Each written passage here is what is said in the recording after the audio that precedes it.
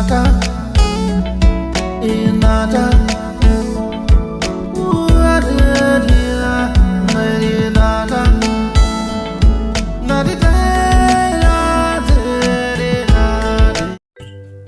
लोगोफोर, दिनैनि मोनसे गोदान भिडिअआव बयखौबो बराय हरबाय। आसा खालामो भिडिअखौ हानायमानि जोबजासे नायलांगोन। लोगोफोर, भास्कर ज्योति डलीजों डाइरेक्टेड खालामजानाय आबुं मोनसे मिउजिक भिडिअनि सायावनो आपडेट लानानै फैदों। लोगोफोर, बे मिउजिक भिडिअनि टाइटेलनि मुङानो जादों गोसोनि साननाया थैसाम 2।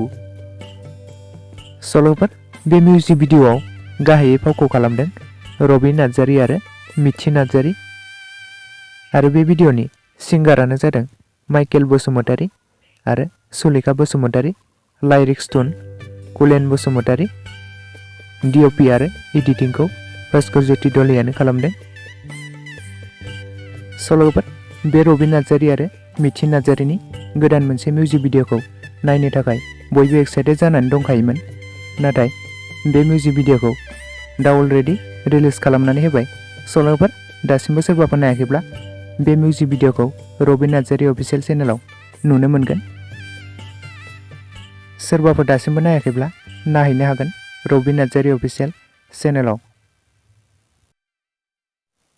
लोगोफोर, नेक्स्ट आपडेटआव दं रिंसार ब्रह्म बेनारजों दिहुनजानाय आबुं मोनसे मिउजिक भिडिअनि सायावबो आपडेट लानानै फैदों।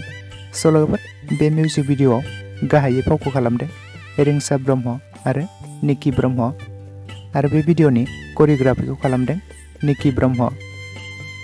सिंगारानो दङ रिंखां ब्रह्म, आरो बे भिडिअनि केमेरा आरो एडिटिंआव दं सुबर्ण बसुमतारीयानो।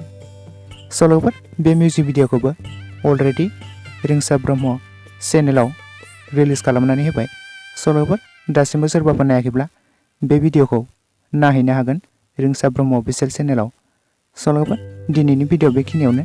भिडिअखौ नायनानै एसेब्लाबो मोजां मोनदोंब्ला अन्नानै लाइक, शेयार आरो साबस्क्राइब खालामना होबानो जाबाय, आरो खाथियाव होनानै नटिफिकेसनखौ अलाव प्रेस खालामना लाबानो जाबाय, जाहाथे आं गोदान भिडिअ हगारोब्ला नोंथांनिसिम थाबैनो नटिफिकेसना सौहैयो।